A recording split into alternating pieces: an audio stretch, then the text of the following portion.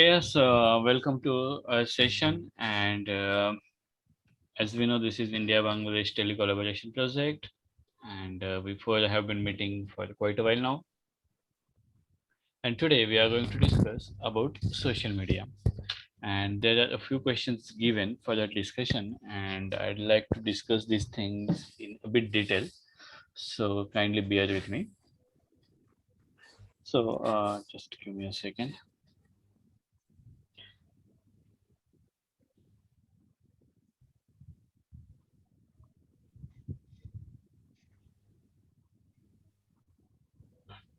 Just one second. So the first one, which social media apps do you use? Uh, as you can see, I'm on WhatsApp, I'm on Facebook also, on Twitter also, and on Instagram also. I use these apps. But speaking about usability, oh yeah, I'm on Telegram as well. I use WhatsApp the most, and Facebook is the second most frequently used app by me. Which is your favorite app and why? That's a tricky question because honestly saying, I don't like any social media app at this point. But if I want to choose the least troublesome app for me, that would be Twitter, because at this point at least, there are not that much people who will get hurt because I have not liked anything or I have not retweeted anything. Well, okay, I'll come to that point, but that is why I like Twitter at this point at least. I don't know in future. How do you use them? That's a very big question.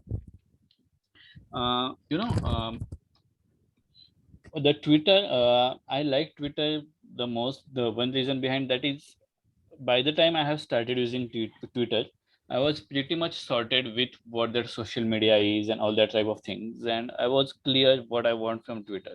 And so my Twitter represents most of my professional life. But when it comes to Facebook or WhatsApp, when I started using these apps, me myself was not sure what should I expect from this social media and how should I go with this social media. So if you look my Facebook or if you look my if even if I see my WhatsApp, those are pretty messed up. Like there are personal stuff also. There's personal stuff also. There are professional things also, and I cannot separate my personal life and professional life in these two apps like Facebook and WhatsApp. And so all my Facebook and all my WhatsApp, that's a complete mess. Like I sometimes wonder how to manage these things and all that type of things. But for Twitter, I use it only for my professional development, so I'm quite clear with that. Again, about Telegram also, I use only to search resources, so I have quite sorted out by the point I have started using Telegram. But considering Facebook and WhatsApp, those are the messiest thing for me. Do you enjoy using them? I don't enjoy using any of the social media app, and I'd like to share a thing to you. I'm working as a INET Connect project associate. INET Connect is the social media cell for INET. INET is an association of teachers, and I'm working as an associate or as a social media cell representative for INET. And in 2019, our first workshop was scheduled, and Honorable Amol Padwar sir, he's a big name in English language education.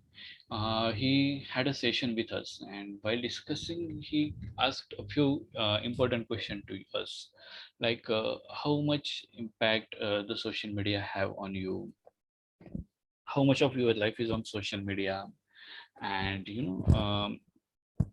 how much the social media affects your choices. And when I reflected on these questions in 2019, I could see that most of my time is wasted on social media. Uh, at that time in 2019, I would never sit idle. Because before the invention of social media or before the invention of smartphones, it was like a common thing for me that I'll just sit idle, think about something in my mind, and just chill. I would enjoy the sunset. I would enjoy the seas, the lakes, even a simple walk on the road. But nowadays, these things are getting very rare because nowadays these things are getting luxury because we are running from ourselves.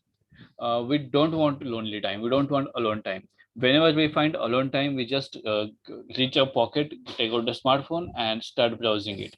And when I realize that I'm intentionally trying to reduce the use of these things. But because of the profession, as Jayesh has also told, most of my colleagues are on WhatsApp. Most of the information shared is on WhatsApp and Facebook also. So I can't just get away from this. Although I have tried the social media detoxification for a couple of months and it worked well for me. But again, there's the fear of missing out, FOMO. So like if you don't check your social media feed, you just feel that no, something is happening over there and I'm just missing out of that fear. I'm just missing out of that happening. And because of that fear, we constantly check our WhatsApp, we constantly check our Facebook, although there's nothing new there. So this fear is a big issue. And this is what is causing to reduce our attention span also. Like when we frequently check up, even when we start reading a book, after 15 minutes, 20 minutes, we feel compelled to check WhatsApp, we feel compelled to check Facebook. Why? Because we feel that no, oh, okay, there might be something that is happening there and I'm missing it.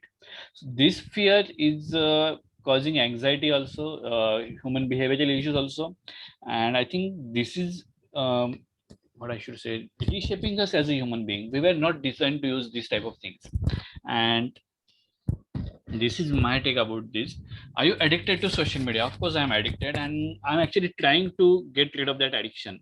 In like 2015 or 2016, using social media was an achievement. But at this stage, I believe that using social media for particular cause for limited time, that is an achievement. We should know what are the harms of social media. And um, I'm just like realizing these things, and I like to put these things on stage, on table, where we can have discussion on these things, advantages and disadvantages. See, I don't deny the advantages of social media. I know there are too many advantages. We can communicate with everyone, we can get all the information at our fingertips and other sort of things. But speaking about disadvantages, there are again too many disadvantages, and that I'd like to list a few of them. The first disadvantage, I believe, that is like screen time. We invest too much time watching the screen. That may be phone, that may be computer, that may be some other time, but most of our lifetime is wasted you watching the screen itself. And like when we'll get old and when we'll think about our olden days, what we'll remember? Just nothing. We had a phone in our hand and we were typing something on that. That's not a good life, I'll say. I mean, that's my take. Second disadvantage, that is the information onslaught. It's nice to be updated, it's nice to be well informed, but it is nicer to know what information really matters. See, in earlier time, it was really important to know things, but I believe this is an era that everyone has these things on his fingertips. Everyone can access them. But what is important at this era is to know what information is really needed. You cannot have all the information in the world, because you must have seen that knowledge doubling curve and all that type of things. Knowledge is getting doubled very rapidly nowadays. So it is not possible even to know each and everything. So what we should know is to know exactly what we have to know, and to organize that information very well. If you see my laptop, if you see my mobile phone, those are complete mess. I have many things stored in my phone, but I can't access them when I need them. So that's not a way it should be actually work. So that is again the second disadvantage. Too much information, that I'll say, and it is not really needed, and we are not designed to use that much of information. The next disadvantage, that is privacy breach, like hacking and all that sort of things, like personal information wherever you share, it is always susceptible to be hacked, or someone can hack that thing, someone can use that information wrongly.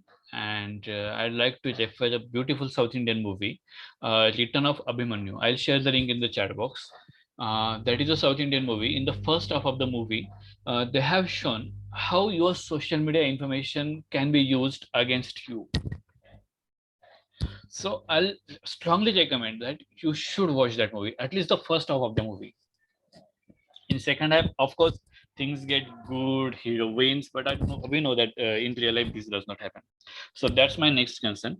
uh, to share my next concern, I'd like to share you a story. That story is of a 14-year-old kid in 1997.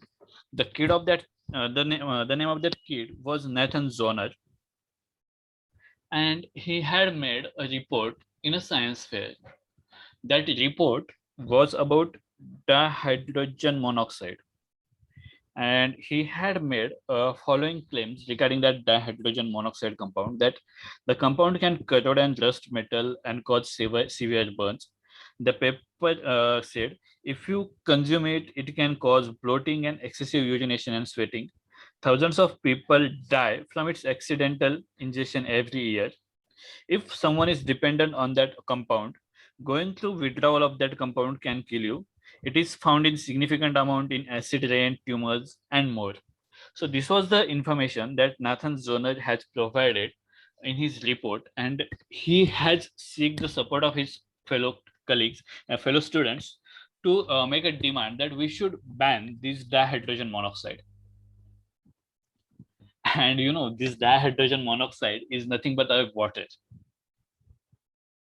and we can't survive if we ban that. But see what It's he a has. poison.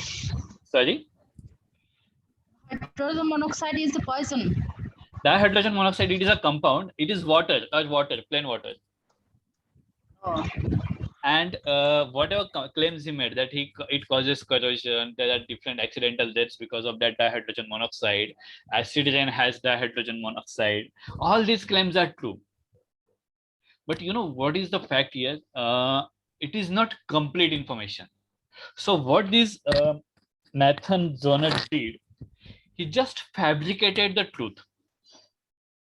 He did not put the complete truth in front of us. He just used all the facts are true, but that is not the complete truth. He just used the facts that are supporting his claim and just presented them in a way he wants. And why I told this story to you, because most of the social media is flooded with this thing right now. You go to Twitter, you go to Facebook, even on WhatsApp forwards, you will see a lot many messages. They fabricate the truth. Of course, there are a lot many lies as well. But let the lies go. A critical thinker can see what is true and what is lie. But again, this is what is the danger area, because all the claims are true, but the claims are arranged in such a way that you are like bound to support something. So the social media nowadays is designing or determining how you should think. It is said that the Facebook played a very important role to defeat Trump in US last year. So social media is not only like we are reaching our privacy. It is not only separating us from our life, but it is also designing how we should think. Social media is like responsible for too many communal hates and all the type of things, because um you know they just when you say your name, there are some people who don't see your name, who just try to put you in some category. Okay, that his name is this, so he belongs to this religion and he goes in this category. So they just categorize you and they provide you with hatred things, that you should start hating each other. And this is how the social media used nowadays. And this is the biggest disadvantage. When social media was invented, I was very happy when I came to know about social media. I thought, okay, I can talk to different people, I can learn too many things. But when I see social media is. Absolutely agreed with you, sir. Thank you, ma'am. But when I see social media right now, I see there are people who fabricate the truth in this way. First, again, there are some people who blatantly, without hesitation, speak lies. Even that verified accounts also speak lies, post lies. And if someone points them, they just shamelessly apologize for that. They don't even think about it. So there are people who fabricate truth. There are people who spread false news. there are some idiots who don't even know what is going on, and they just blindly bully the people. Social media bullying is also a big concern nowadays. And in addition to this, there are some people who are literally unaffected, and they have their own cringe way of using social media. They make some silly TikToks or silly that reels and all that thing, and very funny, like how someone can represent himself or herself in such a poor way. So social media, when we think that, yeah, one more thing I want to share. uh, the average IQ, it was a continuously increasing graph.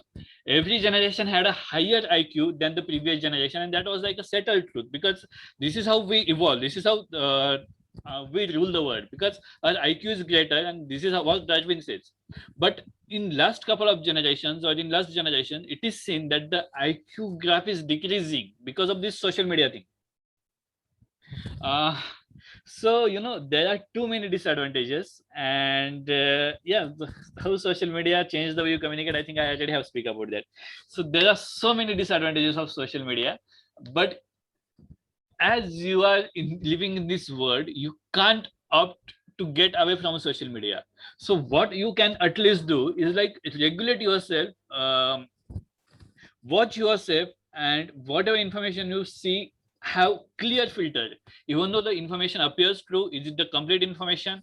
And never make your opinion on the basis of the information on social media. This is at least what we can do. We cannot get separated from social media in this generation. But yeah, this is all about social media, and this is why social media is like a close to heart topic for me, because there are very rare occasions where I get a chance to share these opinions about social media. And thank you for hearing me out. Gender equity, I think Jayesh has told very well about it, so I'll stop here. Thank you very much. Great, Thank you, great, sir. great. Your opinion also touch our heart, and that was very, informative conversation from you. Thanks for that. Thank you very much. So, That's why we call you Suyag as a James of Nasik. Thank you very much. oh, I see.